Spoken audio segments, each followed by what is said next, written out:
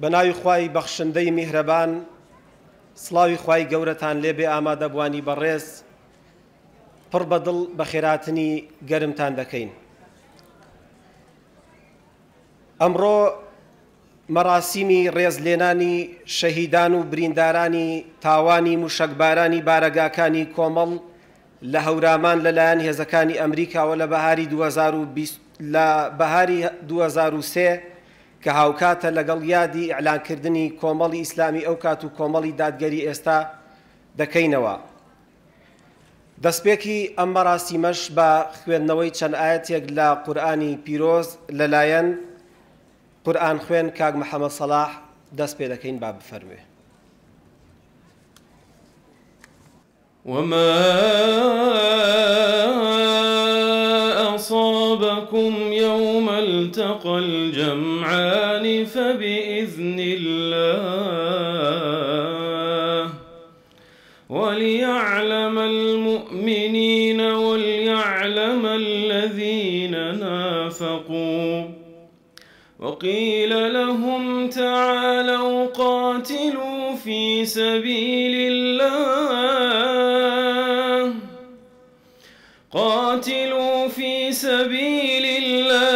أو ادفعوا قالوا لو نعلم قتالا لاتبعناكم هم للكفر يومئذ أقرب منهم للإيمان يقولون بأفواههم ما ليس في قلوبهم والله أعلم بما يكتمون الذين قالوا لإخوانهم وقعدوا لو أطاعونا ما قتلوا قل فادرءوا عن أنفسكم الموت إن كنتم صادقين ولا تحسبن الذين قتلوا في سبيل الله أمواتا بل أحياء عند ربهم يرزقون ولا تحسبن الذين قتلوا في سبيل الله أمواتا بل أحياء عند ربهم يرزقون فرحين بما آتاهم الله من فضله ويستبشرون بالذين لم يلحقوا بهم من خلفهم إلا خوف عليهم ولا هم يحزنون يستبشرون بنعمة من الله وفضل وأن الله لا يضيع أجر المؤمنين فرحين بما آتاهم الله من فضله ويستبشرون بالذين لم يلحقوا بهم من خلفهم ألا خوف عليهم ولا هم يحزنون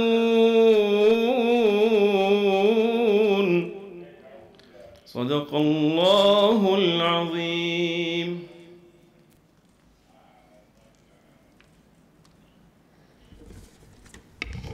ئامادەبوانی بەڕێز ئێستاش وتەی بەخێرهاتن لەلایەن مەکتەبی شەهیدان و پێشمەرگە دێرینەکان کاک شەریف وەرزێر با بفەرموێ.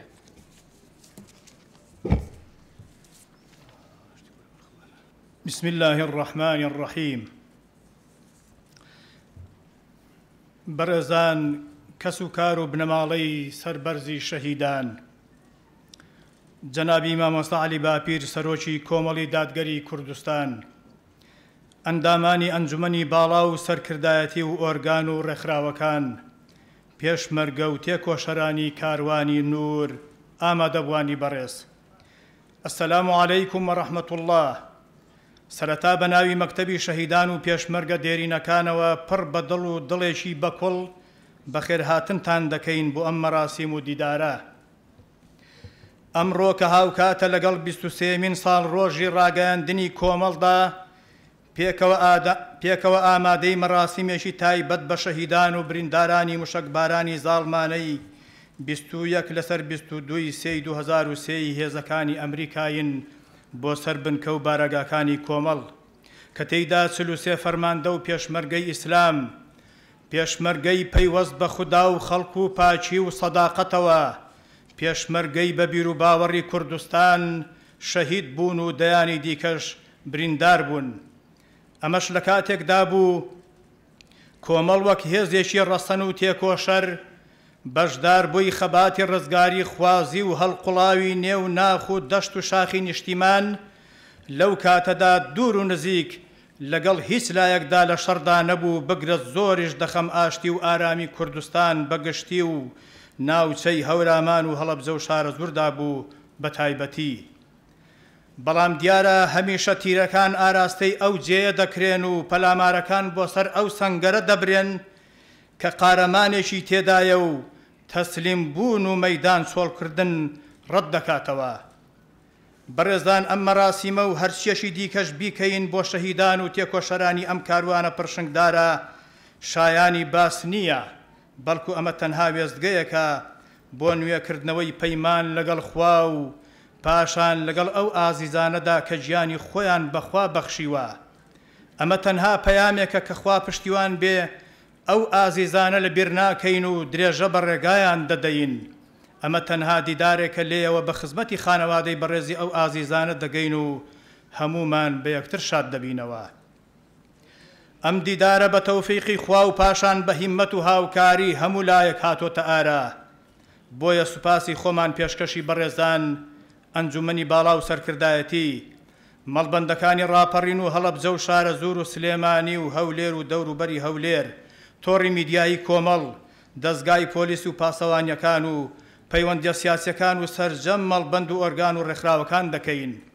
هەروەها سوپاسی هەموو ئەو تیمانە دەکەین لە خوشکان و برایان کە هاوکارمان و لە خزمەتدان. سوپاس بۆ یەک بە یەکتان کە زەحمەتتان کێشاوە و تەشریفتان هێناوە. خوای گەورە ئەم کاروانە کە لە مێژووی دەیان ساڵی ڕابردوویدا گەلێک قۆناغی سەختی بڕیون و بە لوتفی خوا بەسەر شەڕ و جێسەڵ و پیلانەکاندا سەرکەوتووە بپارێزێ و گەشەدارتری بکات.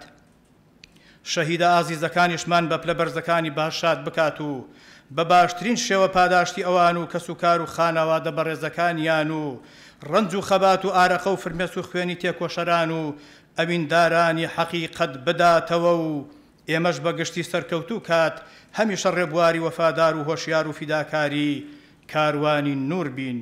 وەسەلام عەلەیکوم وەڕەحمەت الله وبەرەکاتوه. مەکتەبی شەهیدان و پێشمەرگە دێرینەکانی کۆمەڵی دادگەری کوردستان 31/5/2024.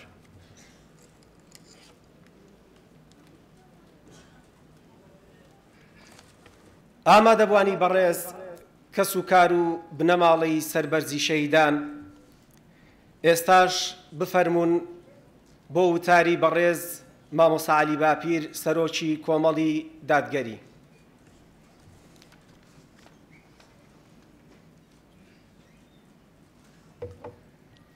بسم الله الرحمن الرحيم. الحمد لله وصلوات الله وسلامه وبركاته على رسول الله محمد وآله المهتدين بهداه من الصحب والأزواج والقرابة والتابعين لهم بإحسان إلى يوم لقاء الله. همولاك بخير بين بران وخشكاني بريز مامۆستایان وسەرەتاش دەستخۆشی دەکەم لە مەکتەبی شەهیدان و هەروەها سەرجەم ئەو ئۆرگانانەی کە ئەم مەراسیمەیان ساز کردووە و سوپاسی یەکبێیەکی ئەو برا خوشکانەش دەکەم کە تەشریفیان هاتووە بە تایبەت خزم و کەسی شەهیدە سەربەرزەکانمان هەروەها بریندار و کەم ئەندامەکان. براو خوشکانی بەڕێز، وەکو ئاماژەیان پێدا ئەمە دوو بۆنەی تێکەڵکێشە. هەڵبەتە بە پلەی یەکەم یادکردنەوەی ساڕۆخ بارانەکەی ساڵی 2003 واتە شەوی 21 لەسەر 22 مانگی ساڵی 2003 زاینی کە باسکرا لەلایەن ئەمریکاوە بە زوڵم و ستەم ئێمە ساڕۆخ باران کراین و 43 شەهیدمان بوون کە وێنەکانیان لێرەن، هەروەها دەوری 50 یاخود زیاتریش بریندارمان بوون. وێڕای کۆمەڵێک زیانی مادی لە کاولکردنی بنکە و بارەگاکان و سووتاندنی سیارەکان و تا کۆتایی. ئەمە لە ڕاستیدا بۆ نەسەرەکیەکەیە. ئەمما لە ڕۆژێکی وەکو ئەمڕۆدا 23 ساڵ لەمەوە پێش واتە لە سیوێکی 5 ساڵی 2001 زاینیدا ئەم کۆمەڵی دادگەریە کە پێشتر کۆمەڵی ئیسلامی بوو ئیعلان کرا وەکو درێژە پێدەری سەرجەم ئەو کار و کاروانە ئیسلامی کە لەم وڵاتەی ئێمەدا بووە، وەک باس کرا لە بزوتنەوەی پەیوەندیەوە، دواتر بزوتنەوەی ئیسلامی، دواتر یەکبوون و دوایی کە ئەوە بوو ئێمە بە پێویستمان زانی بۆ ئەوەی کار و کاروانە ئیسلامیەکە نەپوچێتەوە لە بین نەچێ بەڵکو درێژەی پێ بدرێ و زیاتر فراوان بێ، ناچار بووین کە کۆمەڵی ئیسلامی ئیعلان کەین. جا من سێ-چوار هەڵوەستەی کورد دەکەم بۆ هەر کام لەو دوو بۆنانە بەنسبەت شەهیدبوونی ئەو 43 کەسەمان و برینداربوونی ئەو 50 بەڵکو زیاتر برایەمان و پێشمەرگە فیداکارەمان. یەکەم دەڵێم کە سوکاریان کە لێرەن چ لە خوشکان و چ لە برایان با زۆر دڵخۆش بن و بزانن کە شەهیدەکان ئومێدم وە لای خوا پەروەردگار هەمویان شەهید بن. شەهیدەکان زۆر سەربەرزن و خۆشحاڵن کە لەژێر بەیداغی لا ئیلاهە ئیلا الله محەممەد ڕەسوول اللهدا شەهید بوون و گیانیان سپاردووە. ئەوە شانازیەکە خوا بە قسمت هەموو کەسی ناکە، بە شایستەی هەموو کەسێکی ناسانێ. خۆیان سەربەرزن، ئێوەش خوشکان و برایان پێیان سەربەرزن. کوڕەکەت، برایەکەت یا ئەگەر ئافرەت بۆ هاوسەرەکەت یاخود برایەکەت، خزمەکەت لەکوێ شەهید بوو؟ وەڵا بەدەستی ساڕۆخەکانی ئەمریکا. لەسەر چی؟ وەڵا هیچ، لەسەر هیچ، بە زوڵم. من هەر جارێ ئەو ساڕۆخ بارانە یاد دەکەمەوە ئەم ئاەتە مبارەکەی سوورەتی ئەلبوڕوجم دێتەوەیەت کە دەفەرمێ وما نقموا منهم إلا أن يؤمنوا بالله العزيز الحميد. هیچ شتێکیان لێ بە عەیب نەگرتن، هیچ شتێکیان لێ بە ڕەخنە نەگرتن، ئەوە نەبێت کە بڕوایان هەبوو بە خوای سبحانه وتعالى باڵادەستی ستایش کراو. ئێمە چیوان کردبوو؟ ئێمە ئەمریکا ئیعلانی شەڕی دژی ئێمە نەکرد بوو تاکو بۆی بچینە سەنگەر. میوانی ئێمەش نەبوو بە خێری بێنین. وەکو کاتی خۆی کە ئەمریکەکان گرتیانم ئەوان پێگوتن، گوتم ئێوە ئیعلانی شەڕتان دژی ئێمە نەکرد بۆتان بچینە سەنگەر. ئەی بۆ پێشوازیتان نەکردین؟ کنجا خۆ میوانی ئێمە نەبوون. میوانی کێ بوون باوە پێشوازیتان بکە؟ هاتوون وڵاتێکتان داگیر کردووە، هەر کەسێک جوامێر و شەهامەتی هەبێ دەبوو دشتان بێ. بەڵام ئێمە شەک و تفاقی ئەومە نەبوو دژی ئێوە بین و پاشان ئێوە بە بیانیەوە هاتبوون ڕژێمێکی دیکتاتۆر بڕوخێنن دەستان خۆش بێ و ئەویش گۆڕ بە گۆڕ بچێ. بەڵام خەڵکی عێراق لە کۆلێک سڵەمیەوە بەسەر بەرازدا کەوت. لەو کاتەوەی کە ئەمریکا ڕژێمی بەعسی لابرد و بۆ خۆی بوو بە مڵۆزم و پاشان بە جۆرێک وەزعی عێراقیان تەرتیب ئیدارە بدرێ لەو کاتەوە ڕەنگە بە هەموو درێژایی هەموو تەمەنی بەعەز ئەوەندە خەڵک لە عێراق نەکوژرابێ. کەواتە هەموو لایەک دەبێ بزانین ئەوەی کە لە ڕێی خوادا دەڕوا سەربەرزە بۆ خۆی، کەس و کاریشی پێی سەربەرزە. کوڕەکەم لە پێناوی خوادا ڕۆیشتووە، برایەکەم هاوسەرەکەم بابم لە ڕێی خوادا ڕۆیشتووە، سەربەرزیە جێی شانازیە. ئەو جۆرە دنیا بەجێ هێشتنە دەبێت پیرۆزبایی لێ بکرێت. خاڵێکی دی ئەوەیە کە ئێمە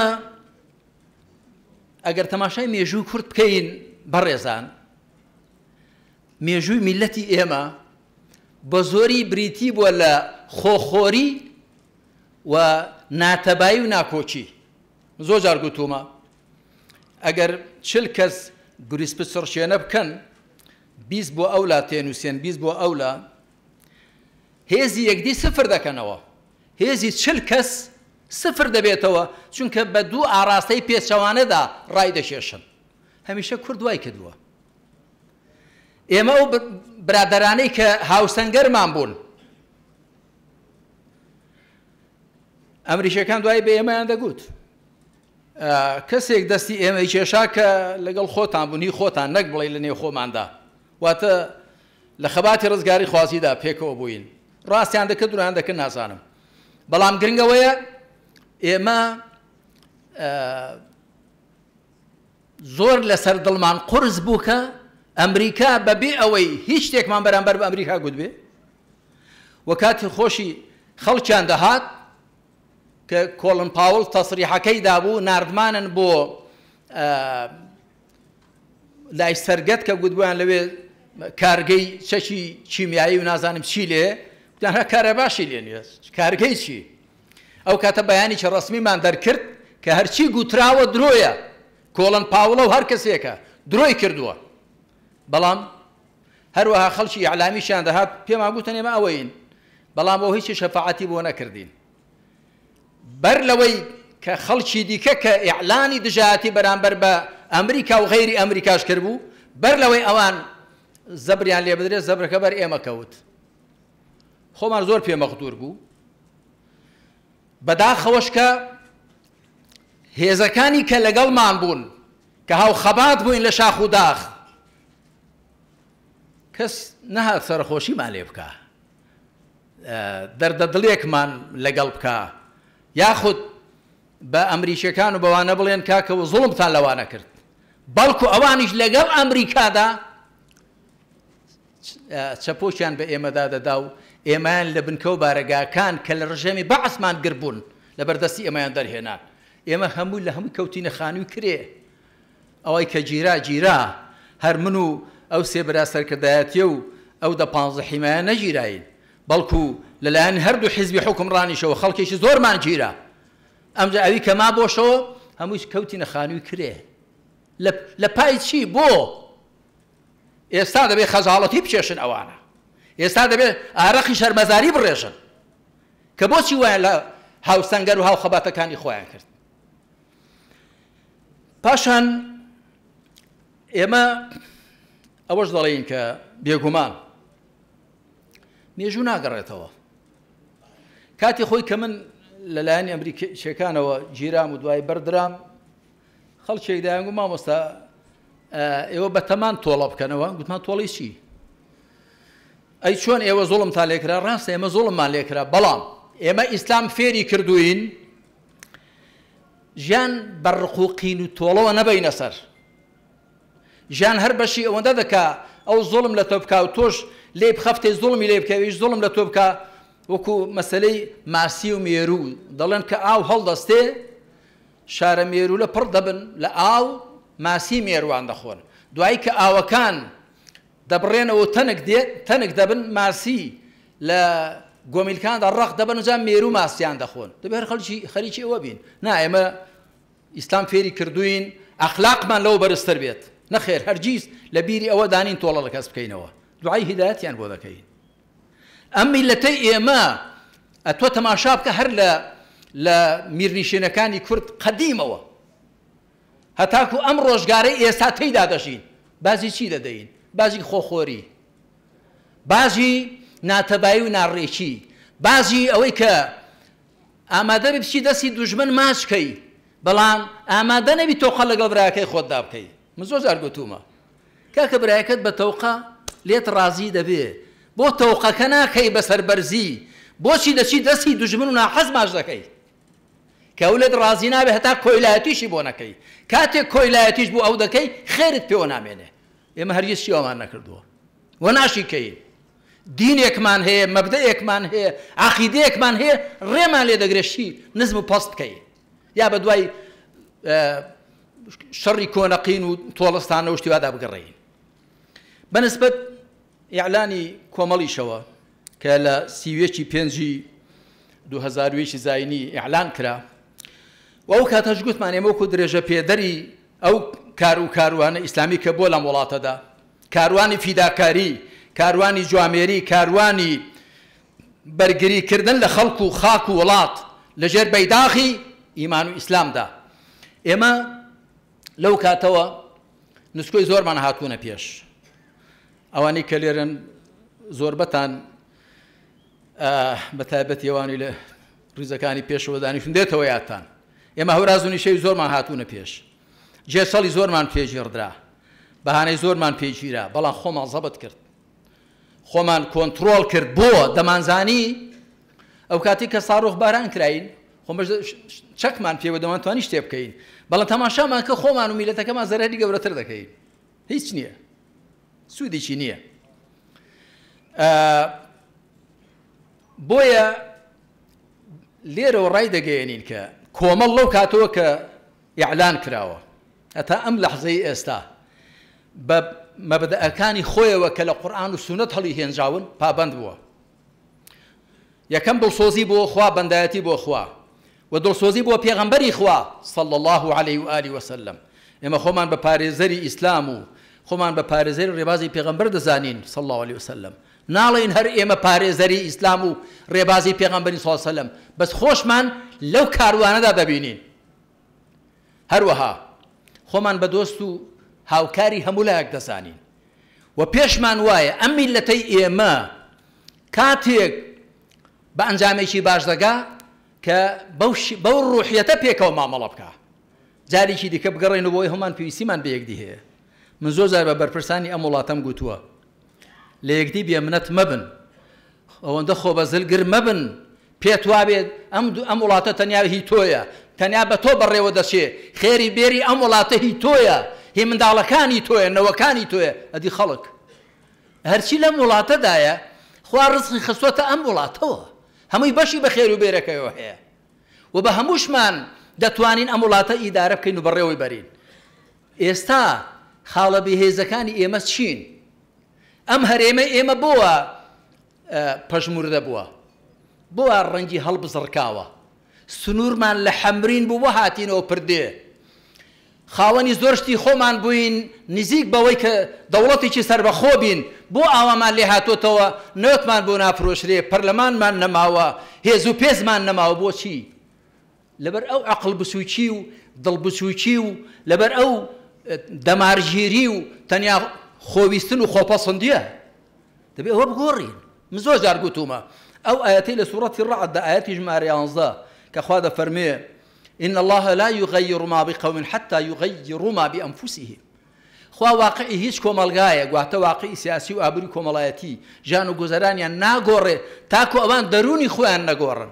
دەبێ عەقڵ و بیرکردنەوەی خۆمان بگۆڕین، دڵ و دەروونمان بگۆڕین، دەبێ ڕەفتار و ئاکارمان بگۆڕین، بە باری چاکەدا بیگۆڕین، دەبێ عەقڵمان وابێ جێی بیرکردنەوە لە هەموو خەڵک و وڵاتی تێدا ببێتەوە. لەو قاغ و قەپێلکی حیزب و بنەماڵە و عەشیرەت و دەڤەر بێینە دەر، وەرە فەزای فراوانی نیشتیمان و وڵات و خەڵک و میلەتەوە هەمووی. پاشان دڵ و دەروونمان هێندە فراوان بێ جێی خەم لێ خواردنی هەموو لایەکی تێدا ببێتەوە، نەک تەنیا لە خەمی کوڕوکشەکانی خۆت بی، نەک تەنیا لە خەمی حیزبەکەی خۆت بی، عەشیرەتە و بنەماڵەکەی خۆت بی. ئەدی خەڵکی دی ئەی بۆ ناوێکی زلت لە خۆت ناوە.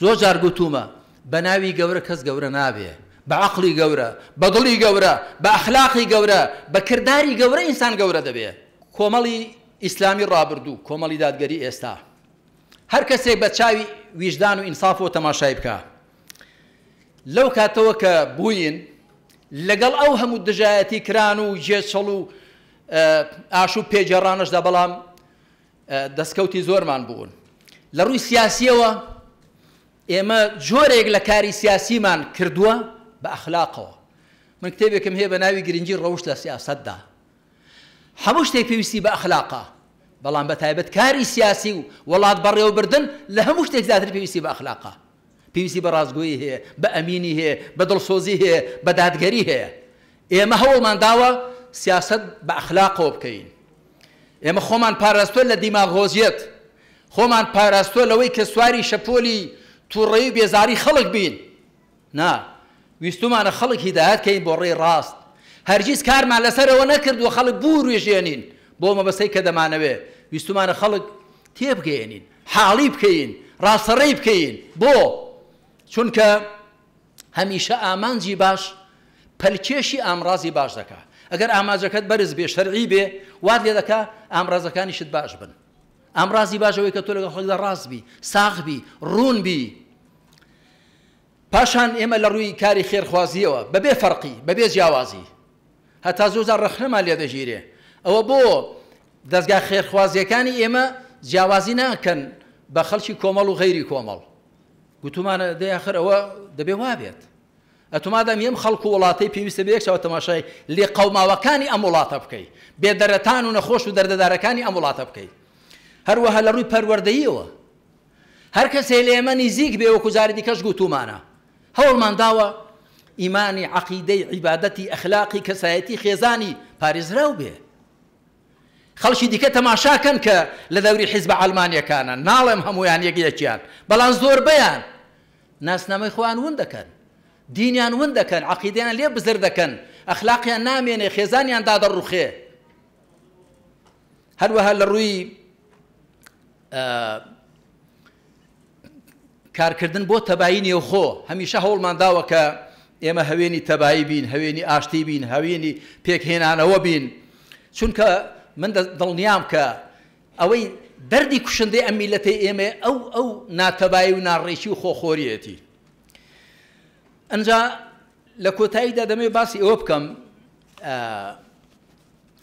چێ دۆستی کۆمەڵە و چێ دوژمن و نەیاری کۆمەڵە من پێم وایە ئەوەی کۆمەڵ بناسێ بەو شێوە کە هەین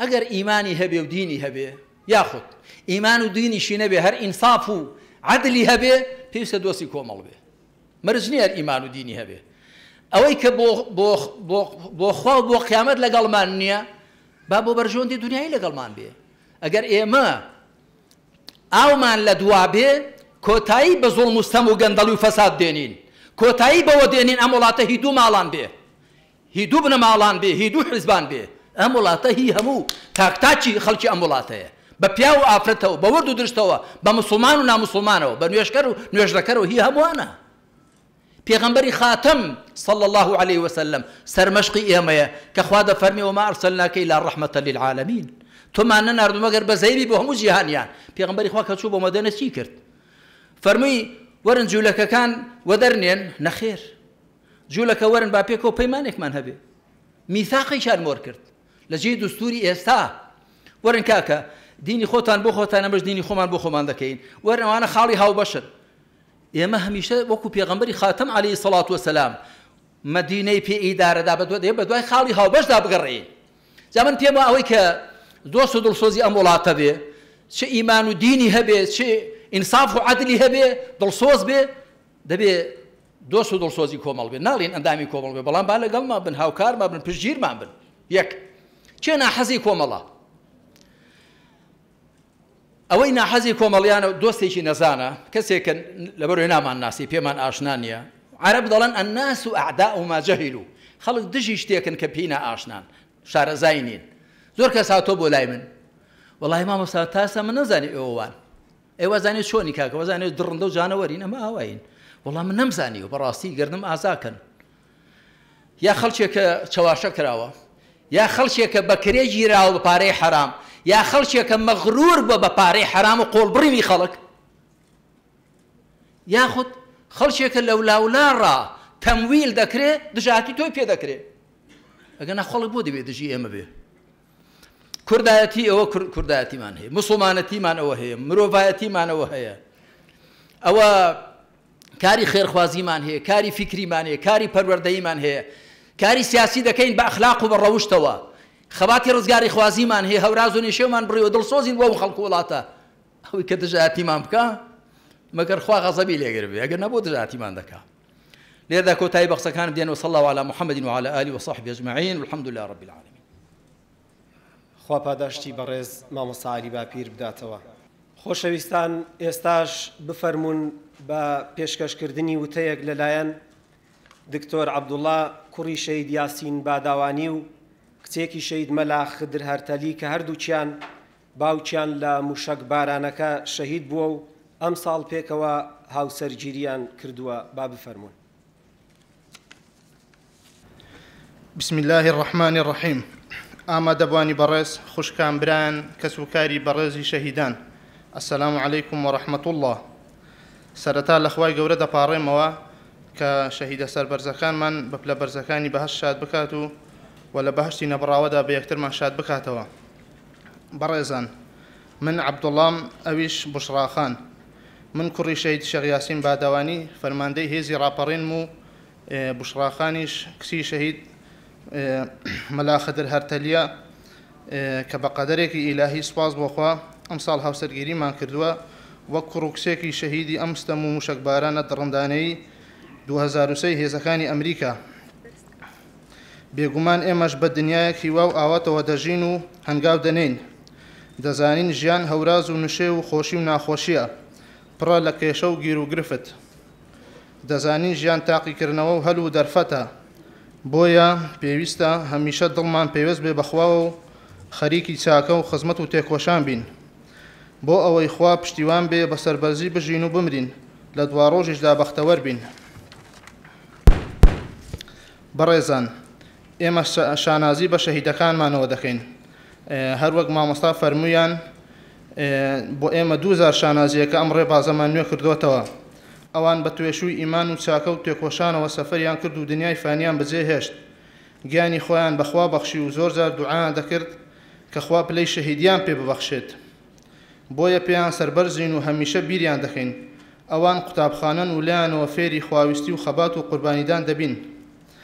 ئێمە لێرەوە پەیمان لەگەڵ خودا و نوێ دەکەینەوە لەسەر ڕێبازەکەیان بەردەوام بین کە بریتە لە ئیسلام، لە قورئان، لە سونەتی پێغەمبەر صلی الله عليه وسلم، بریتە لە خەبات و خزمەتکردنی گەل و نیشتیمان.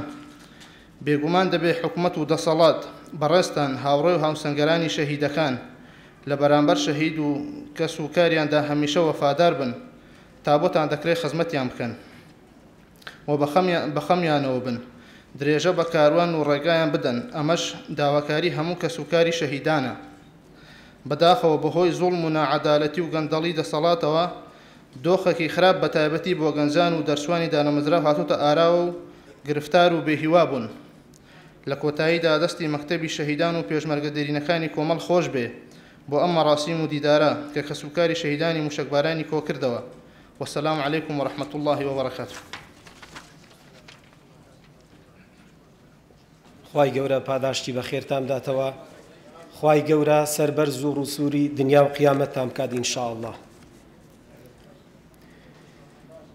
خۆشەویستان، ئێستاش مامۆستا ئەیوب عەنەبی بۆ پێشکەشکردنی پەخشانێک با بفەرمێ. السلام عليكم ورحمة الله وبركاته. من هەرەوەندەم پێ دەکرێت دڵۆپێک لە وەفای شیعرم بخەمەنێ و دەریای خوێنی ئەم کاروانە پڕشکۆیە. بەرهەمی ئەم بوون و شانازی بوونەمان خوێنی شەهیدان و ئارامگری خۆڕاگری برایان و خوشکان و کە پایتەختی ئەم شانازیە بوونەشمان دایک و باوکی شەهیدانە. تێکستی ئەو دەمەی جیهاد دەستنوێژی گرت و شەهیدان دوورکەعات نوێژیان دابەست. هەوڵ و کۆشی سەرکردەیە شەونخونی پێشمەرگەیە خوێنیاڵی شەهیدانە میراتگریە میسلامە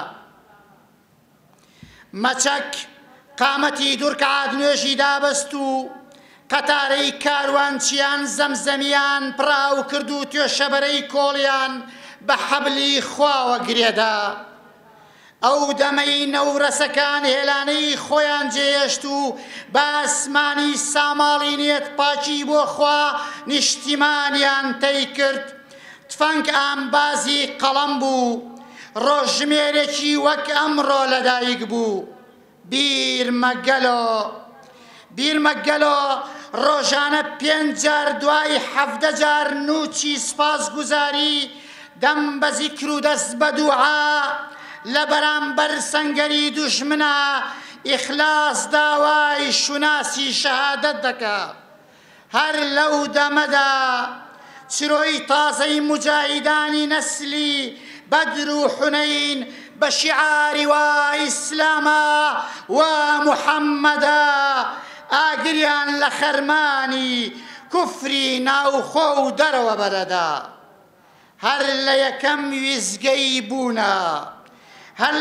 ویزگەی بوونە لە شاخی جیهادی نورە لە ئیعلانی تەوژمی ئیسلامی بوونە سرودی ينقص الدين وأنا حي بەگوێ یار و نەیارادرا نارەتەی جوامێری جیهادەکەیە باژەندەل لەسەر دەستی مێزەرسپی و قەڵەمی پڕغیرەتی وتار لەناو مزگەوت بۆ سەرگرد و تەپۆڵکە و شاخ بۆ ناو سەنگەری جیهاد بانگی خوای ڕاگەیەنرا بەڵێ ئێوەی مجاهید و پێشمەرگەی مخلیسین ئێو کاروانی ڕابوونی حەقدا بوونە پەرژین بوونە ستوونی لەنگەرگرتووی گیانی کوڕانی شاخ و بوونە میحراب بوونە سیراج بۆ شەوانی لێڵوتار بوونە چەتری سەحوەی جوانی پڕبارانی خوای میهرەبان بوونە پردی پەڕینەوەی هەتی و هەتوان و هەژار بوونە قامچی شاهیدی ئەمڕۆی دەستە جەمعی ئالی مهاجر و ئەنسار ئێوە بوونە خانەخوێی پڕەشکەوتی ماڵی سەدەفی جوانی خوای پەروەردگار بوونە سرودی حەسان بوونە شیعرەکەی کابی کوڕی مالیک و بوونە چوارینەی چیژی عەبدوڵای کوڕی ڕەواحە بوونە مەتەرێزی پردی پەڕینەوەی ئەم کاروانە بوونە هەوێنی مەینی پیرۆزی پەڕی مێژووی ڕۆژگار بوونە مەلحەمە و ڕۆمانی تەفسیری فیزیلالی لە بیر نەکراوی کوردستان بوونە دارشەقی هەستانەوەی پیری نورانی ئەهلیار تۆمارتان کرد چی سەروەریە ئێستا هەیە لە پێگە و مەقامی یار و نەیار لە پرزگە و پەیامنێر و ڕاگەیاندکار تا پەرلەمانتار و وەزیر و پەرلەمانتار خوێنی خۆتان کردە خەڵات ئەم کاروانە لە مێژەوە مێژووی سپی بەستووە ئەم کاروانە لە مێژەوە مێزەری سپی بەستووە کەشکۆڵی خەمی خەمینی داوە و جیهادی هەڵگرتووە مەچەکی هێزی باوەڕی ڕیسالەی خوای هەڵکردووە لە تاریخ و وجودی یەکەمین ویزگەی جیهاد تا هەنووکە دەریایەک خوێنی ڕشتووە سەدان سەرکردە و زانا و مجاهیدی بە مەزڵومی شەهید بووە سەدانی دی یا لە گرت و خانەی زوڵما بەند بووە یاخود بە غەدری بێڕەزا بەدەستی نەیاری ناوخۆ خەڵتانی خوێنیان کردووە شوناسی ئەم